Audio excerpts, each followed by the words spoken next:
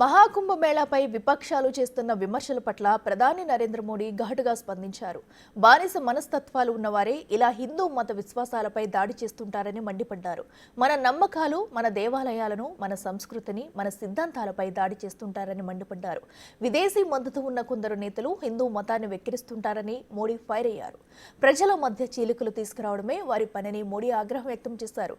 మన దేశాన్ని కుంగదీసేందుకు అనేక విదేశీ శక్తులు ప్రయత్నిస్తున్నాయంటే ఇలాంటి వారు అండగా ఉండటం వల్లే అంటూ మోడీ విమర్శలు గుప్పించారు.